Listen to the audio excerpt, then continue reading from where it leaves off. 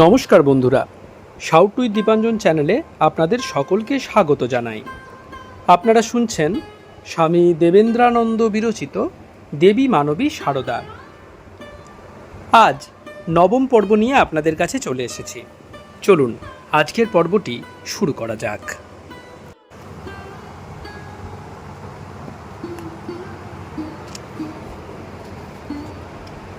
শ্রী মায়ের এই যে আলাপচারিতা, যে কথায় যে ভাষায় মা বহুজনকে আপন করে কাছে টানতে পেরেছিলেন, যার অভিব্যক্তির সৌরভে ভক্তবৃন্দ দেশকাল কিংবা ধর্ম ও সম্প্রদায়ের গণ্ডিটি ভেঙে তাঁর কাছে ছুটে আসতেন, যার মধ্যে আকর্ষণ ছিল কিন্তু ছিল না কোনো আসক্তির নামগন্ধ, তা ছিল একান্তই মাতৃস্নেহের নির্যাস নিষিক্ত।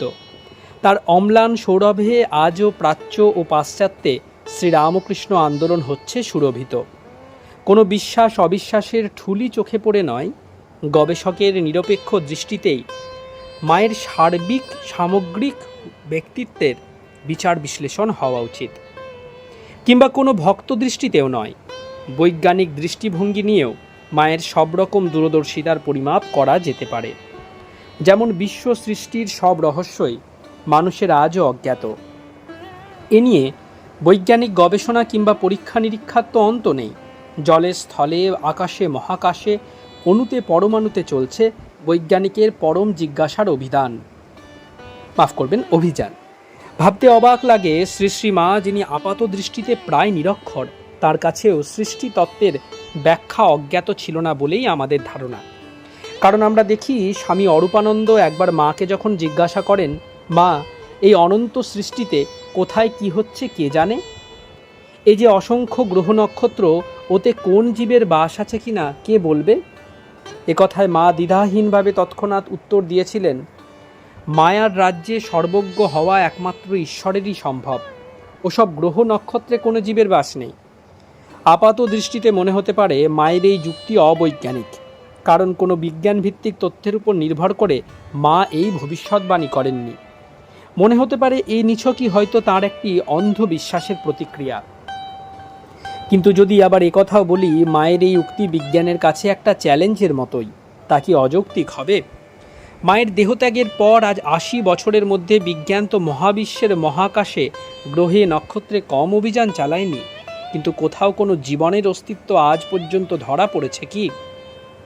একথাও আজ আর অস্বীকার করবার উপায় নেই যে জড়রাজ্যে বৈজ্ঞানিকের অণুবীক্ষণ যন্ত্রের চাইতে সাধকের অন্তরাজ্যের মন নামক যন্ত্রটিও বড় কম শক্তিশালী নয়। এই যন্ত্রটির সাহায্যেই সাধক তো সেই অনৌরণীয়ান মহত মহিয়ান স্রষ্টার স্বরূপ উপলব্ধি করতে পারেন। উপসংহার: শ্রী শ্রী মা যুগ প্রয়োজনে শ্রী শ্রী ঠাকুরের সঙ্গে আবির্ভূতা মহাশক্তি, পবিত্রতার মহিমায় উজ্জ্বল।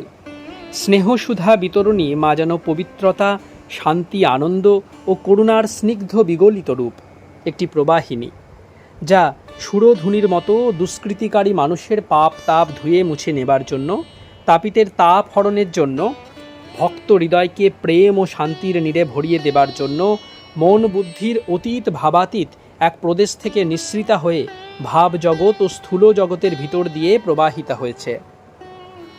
প্রভু সঙ্গে এইবার জগমাতা অবতার সেই পূর্ণ ব্রহ্ম সনাতনী, কৃপাময়ী কলেবরে করুণার ধারা ঝরে, শান্তি মূর্তি মঙ্গলরূপিণী। শ্রী শ্রী রামকৃষ্ণ পুঁথি। কলকাতাবাসিনী মা সারদামণি। ছোট্ট সারদাকে লেখাপড়া শিখতে দেয়নি তার আত্মীয় স্বজন। যখন সবে তার অক্ষর পরিচয় হয়েছে, শিখেছেন একটু আধটু বই পড়তে, তখন একজন তার হাত থেকে বই কেড়ে নিয়ে ধমক দিয়েছিল, মেয়ে মানুষের লেখাপড়া শিখতে নেই, শেষে কি নাটক নভেল পড়বে? কাজেই তার আর লেখাপড়া এগোয়নি। নাটক নভেল পড়া তো দূরের কথা, কিন্তু সেই ছোট্ট সারদার সারা জীবনটাই নাটক নভেলের চেয়েও রোম্যান্টিক হয়ে উঠল যখন তিনি স্বেচ্ছায় মাত্র 5 বছর বয়সে পরম পুরুষ শ্রী রামকৃষ্ণকে পতিরূপে বরণ করে পরবর্তীকালে জগজ্জননী মা সারদামণি রূপে সবার পূজিতা হলেন। অবতার সঙ্গিনী হয়ে যে আদর্শ স্থাপনের জন্য তিনি ধরাধামে অবতীর্ণা হয়েছিলেন, তা আরও অভিনব মনে হয় তখনই যখন দেখি যে জন্মজার অজ পাড়াগায়ে লৌকিক শিক্ষা, অক্ষর পরিচয়ের পর সামান্য পঠন পাঠন আভিজাত্যের লেশ মাত্র নেই, তার জীবনের বেশিরভাগ সময়টাই কেটেছে শিক্ষা ও আভিজাত্যের আভাসভূমি কলকাতা নগরীতেই, এবং এখানেই জীবনের শেষ দিন পর্যন্ত শিক্ষিত ও অভিজাত সম্প্রদায়কে আদর্শ ও শান্তির পথ দেখিয়েছেন। আরও বড় ব্যাপার, ঊনবিংশ শতকে ভারতের স্ত্রী শিক্ষা ও নারী প্রগতির যে সার্থক সূচনা করেন স্বামী বিবেকানন্দের নির্দেশে তাঁরই মানসকন্যা ভগিনী নিবেদিতা। সেখানেও শ্রীমা সারদামণির প্রেরণা, আশীর্বাদ ও আদর্শই ছিল নিবেদিতার প্রধান অবলম্বন। তাই নিবেদিতার কাছে শ্রীমা যে অভিনব রূপে প্রকাশিতা হলেন তা হল, to me it has always appeared that she is Sri Ramakrishna's final word as to the ideal of Indian womanhood. But is she the last of an old order or the beginning of a new? অর্থাৎ শ্রীমা ছিলেন ভারতীয় নারীত্বের আদর্শ সম্বন্ধে শ্রীরামকৃষ্ণের চরম বাণী। এই কথাই সব সময় আমার মনে হয়েছে। কিন্তু তিনি কি প্রাচীন আদর্শের শেষ কথা, না নতুন আদর্শের প্রকাশ? এই প্রসঙ্গে নিবেদিতা আরও লেখেন, প্রজ্ঞা ও মাধুর্যের সমন্বয় সরলতম নারী জীবনেও কিভাবে করা সম্ভবপর তাকে, অর্থাৎ শ্রীমাকে দেখলে তা বোঝা যায়। কিন্তু সেই সঙ্গে আমার কাছে তার অধ্যাত্ম মহিমার মতোই অপূর্ব ঠেকেছিল তার সম্ভ্রান্ত সৌজন্যের সৌন্দর্য, তার উদার মুক্ত মনের মহিমা।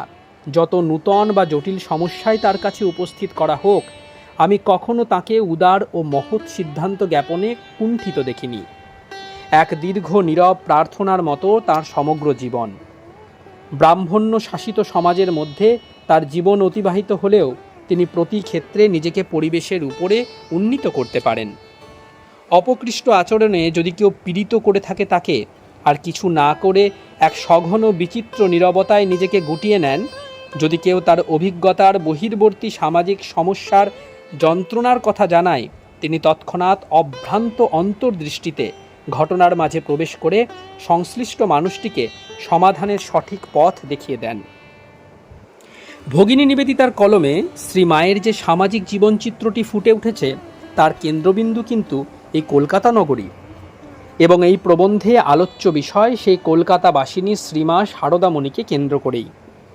তবে বিষয়টির গভীরে বা খুঁটিনাটিতে প্রবেশ করার আগে আমাদের এখানে অবশ্যই স্মরণ করতে হবে শ্রীরামকৃষ্ণের মহাসমাধি লাভের অব্যবহিত পরই শ্রীমা সম্বন্ধে স্বামী বিবেকানন্দের সেই ভবিষ্যৎবাণীর কথা, যা আমেরিকা থেকে এসে পৌঁছায় কলকাতাতেই তার অনুগামীদের কাছে। লিখেছিলেন, মা ঠাকরুন কি বস্তু বুঝতে পারোনি, এখনও কেউই পারে না, ক্রমে পারবে। ভায়া, শক্তি বিনা জগতের উদ্ধার হবে না। আমাদের দেশ সকলের অধম কেন, শক্তিহীন কেন? শক্তির অবমাননা সেখানে বলে। মা ঠাকুরানী ভারতে পুনরায় সেই মহাশক্তি জাগাতে এসেছেন। তাকে অবলম্বন করে আবার সব গার্গী মৈত্রেয়ী জগতে জন্মাবে। দেখছো কি ভায়া, ক্রমে সব বুঝবে। এই জন্য তার মঠ প্রথমে চাই। স্বামী বিবেকানন্দের এই ভবিষ্যৎবাণীকে সত্য করে ভারতে আবার গার্গী ও মৈত্রেয়ীর মতো মহীয়সী মহিলারা সব জন্মেছেন কিনা অথবা জন্মাবেন কিনা তা আমরা না বুঝলেও শ্রীমা সারদামণি দেবীকে আদর্শ স্থানীয়া করে অনেক বিদুষী মহিলা স্ত্রী শিক্ষা ও সমাজসেবায় ব্রতী হয়েছেন, এবং অনেকে সেই উদ্দেশ্যে সর্বত্যাগিনী সন্ন্যাসীও হয়েছেন ও হচ্ছেন। এতেই মনে হয় শ্রীমার আবির্ভাবের পর নারী জাগরণের যে সার্থক সূচনা হয়েছে, দূরদর্শী স্বামীজি হয়তো সে কথাই বোঝাতে চেয়েছিলেন। স্বামীজির অভিলষিত শ্রী সারদা মঠ ও মিশন আজ শুধুমাত্র ধর্মীয় প্রতিষ্ঠান হিসাবেই বিখ্যাত নয়, তা আজ দেশের বিভিন্ন প্রান্তে বহু শাখা প্রশাখায় বিস্তৃত হয়ে ভারতের ঐতিহ্যগত স্ত্রী শিক্ষা তথা নারী জাগৃতি বা প্রগতির পক্ষেও নতুন দৃষ্টান্ত স্থাপন করেছে। লক্ষণীয় যে এই আন্দোলনের মূল কেন্দ্রও কলকাতাতেই। যাই হোক, আমরা মুখ্য আলোচনায় ফিরে আসি কলকাতাবাসিনী শ্রীমায়ের জীবনের কিছু ঘটনা অবলম্বন করে। পতিব্রতা শ্রীমা 1885 সালের জুন মাসে কলকাতার 55 নম্বর শ্যামাপুকুর স্ট্রিটের একটি বাড়িতে এসে কিছুকাল বাস করেন। এই বাড়িতেই তখন দক্ষিণেশ্বর থেকে অসুস্থ শ্রীরামকৃষ্ণদেব আনীত হয়েছিলেন কলকাতায় সুচিকিৎসার জন্য। এই ছোট্ট বাড়িতে পতিব্রতা রমণী নিজের সব রকম সুখ স্বাচ্ছন্দ্যের কথা ভুলে পতি সেবায় নিয়োজিত ছিলেন। অবশ্য শ্রী মায়ের দক্ষিণেশ্বর জীবনও সেই একই পাতিব্রত্য, কঠোরতা, কৃচ্ছতা ও সহিষ্ণুতারই নিদর্শন। শ্যামপুকুরের বাড়িতে শ্রীমা মাত্র 2.5 মাস ছিলেন, কারণ ওই ছোট বাড়িতে রেখে শ্রীরামকৃষ্ণের সুচিকিৎসার বন্দোবস্ত করা সম্ভবপর নয় বুঝে ভক্তেরা কাশীপুরে প্রশস্ত উদ্যান সহ একটি বাড়ি ভাড়া নিলেন। এখন এই বাড়ির নম্বর 90 কাশীপুর রোড। এই বাড়িতে শ্রীরামকৃষ্ণদেব, শ্রীমা ও অন্যান্য অনুগামী ভক্তদের সঙ্গে শুভ পদার্পণ করেন 27 অগ্রহায়ণ শুক্রবার, ইংরেজির 11 ডিসেম্বর। এই বাড়ি আজ শ্রীরামকৃষ্ণ মঠের অন্তর্গত কাশীপুরের বিখ্যাত উদ্যানবাটি, যা আজ মহাতীর্থরূপে পরিগণিত। এখানে শ্রীরামকৃষ্ণ মহাসমাধি লাভ করেন। শ্রীরামকৃষ্ণ রূপ বিশাল তরুমূলে নরেন্দ্রনাথ প্রমুখ শ্রীরামকৃষ্ণ সংঘের ভাবী কর্ণধারদের জীবন এইখানেই বিশেষভাবে গঠিত হয়। এখানেই একদিন 1 জানুয়ারি 1886 শ্রীরামকৃষ্ণ অযাচিতভাবে সকলের মধ্যে, বিশেষত গৃহী ভক্তদের মধ্যে শক্তি সঞ্চার করেন, তোমাদের চৈতন্য হোক বলে, কেবলমাত্র স্পর্শ দ্বারা। এখানেই তাঁর বড় আদরের নরেন্দ্রকে, পরবর্তীকালে যিনি হন স্বামী বিবেকানন্দ, একান্তে তার ভাবী জীবনধারার অনেক কথা প্রকাশ করেন এবং এইখানেই তিনি একদিন নরেন্দ্রনাথকে ডেকে তার স্পর্শ করে অশ্রুরুদ্ধ কণ্ঠে বলেন, বাবা, আজ তোকে সর্বস্ব দিয়ে ফকির হলুম।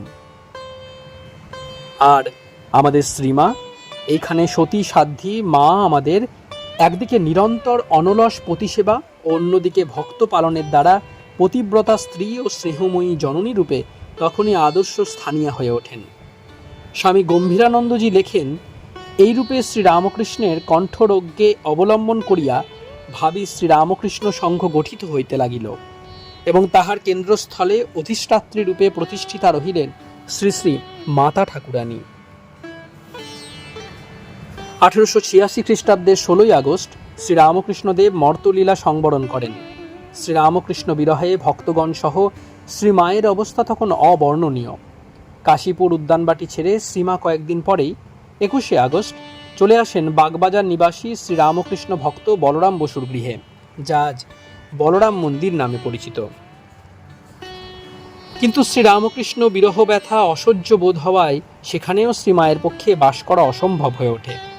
সেই দুঃসহ ব্যথা কিছুটা যদি উপশম হয়, তবে ভক্তেরা শ্রীমায়ের তীর্থ দর্শনের ব্যবস্থা করেন। সেই অনুযায়ী বলরাম ভবনে মাত্র 8 দিন থেকে শ্রীমা বৃন্দাবন তীর্থে যাত্রা করেন। সঙ্গে গেলেন কয়েকজন ভক্তিমতী মহিলা, যারা শ্রীরামকৃষ্ণ সঙ্গে গোলাপ মা, লক্ষ্মী দেবী ও নিকুঞ্জ দেবী নামে পরিচিতা। নিকুঞ্জ দেবী কথামৃত প্রণেতা শ্রীমর স্ত্রী। আর শ্রীরামকৃষ্ণের ত্যাগী শিষ্যদের মধ্যে যোগীন মহারাজ, কালী মহারাজ ও লাটু মহারাজ। বৃন্দাবন, মথুরা, প্রয়াগ প্রভৃতি তীর্থে শ্রীমা সঙ্গিনী সহ 1 বছর কাটিয়ে অন্তরের বিরহানল কিছুটা প্রশমিত হলে 31 আগস্ট 1887 খ্রিস্টাব্দে আবার কলকাতার বলরাম মন্দিরে ফিরে আসেন। তীর্থ ভ্রমণকালে শ্রী শ্রী মায়ের মধ্যে প্রায়ই উচ্চ আধ্যাত্মিক ভাবের প্রকাশ দেখা যেত। এরপর বলরাম বসুর বাড়িতে কিছুদিন কাটিয়ে শ্রীমা কামারপুকুর দর্শনে যান। কামারপুকুর শ্রীরামকৃষ্ণের জন্মভূমি। পতিগৃহে শ্রীরামকৃষ্ণের পুণ্যস্মৃতি বহন করে শ্রীমা সেখানে প্রায় 1 বছর ছিলেন। কিন্তু শ্রীরামকৃষ্ণের ত্যাগী ও গৃহী ভক্তগণ শ্রীমায়ের আর্থিক অনটনের কথা জানতে পেরে তাকে আবার 1888 সালের মে মাসে বলরাম বসুর বাড়িতে নিয়ে আসেন। এই কালে শ্রীমায়ের মধ্যে একটানা উচ্চ আধ্যাত্মিক ভাবেরই প্রবাহ বইতে থাকে। বলরাম গৃহে একদিন শ্রীমা গভীর ধ্যান থেকে বুত্থিত হয়ে জনৈক স্ত্রী ভক্তকে বললেন, দেখলুম কোথায় চলে যাচ্ছি, সেখানে সকলে আমায় কত আদর যত্ন করছে, আমার যেন খুব সুন্দর রূপ হয়েছে, ঠাকুর রয়েছেন সেখানে, তার পাশে আমায় আদর করে বসালে সে যে কি আনন্দ বলতে পারিনে। একটু হুঁশ হতে দেখি যে শরীরটা পড়ে রয়েছে, তখন ভাবছি কিভাবে এই বিশ্রী শরীরটার ভিতরে ঢুকবো। ওটাতে আবার ঢুকতে মোটেই ইচ্ছে হচ্ছিল না। অনেক পরে তবে ওটাতে ঢুকতে পারলুম, ও দেহে হুঁশ এলো। এই জনৈক স্ত্রী ভক্তর কথা বলি, ভক্তদের যোগিন মা। ইনিও শ্রীরামকৃষ্ণের অনুগতা শিষ্যা ও শ্রীমায়ের সহচরী। শ্রীমায়ের জীবনের এই ধ্যান তন্ময়তার বিষয় উল্লেখ করে স্বামী গম্ভীরানন্দ লেখেন, মনে হয় যেন শ্রীমায়ের প্রকৃত স্বরূপ ও সমসাময়িক পারিপার্শ্বিক অবস্থার মধ্যে যে অসামঞ্জস্য ছিল তাহাই ওই দর্শনের মধ্যে চাক্ষুষ হইয়া উঠিয়াছিল। শ্রীমা নিজের দেবীত্ব সম্বন্ধে সচেতন, অথচ বুঝিতেছিলেন যে দৈব নির্দেশে তাহাকে এই অননুকূল অবস্থার মধ্যেই থাকিয়া লোক কল্যাণ সাধন করিতে হইবে।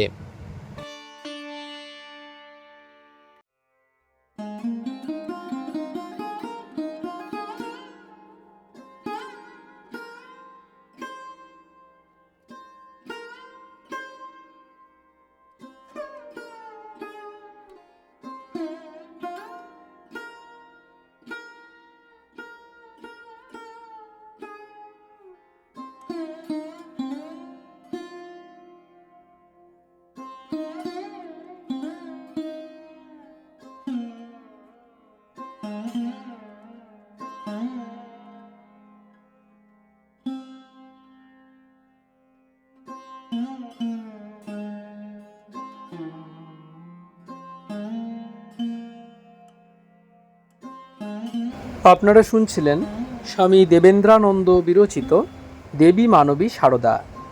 আজ নবম পর্বটি আপনাদের কাছে পরিবেশন করলাম। আমাদের ভিডিওগুলি কেমন লাগছে আমাদের জানান। কোনো সাজেশন থাকলে অবশ্যই জানাতে পারেন। আমাদের ভিডিওগুলি লাইক করুন, আপনাদের বন্ধুবান্ধব ও পরিবার পরিজনদের মধ্যে শেয়ার করে দিন। শাউট উইথ দীপাঞ্জন চ্যানেলটি সাবস্ক্রাইব করুন এবং প্রতিনিয়ত বিভিন্ন আপডেট পাওয়ার জন্য বেল আইকনটি অবশ্যই প্রেস করবেন। অনেক অনেক ধন্যবাদ। নমস্কার, ভালো থাকবেন। জয় ঠাকুর, জয় মা, জয় স্বামীজি।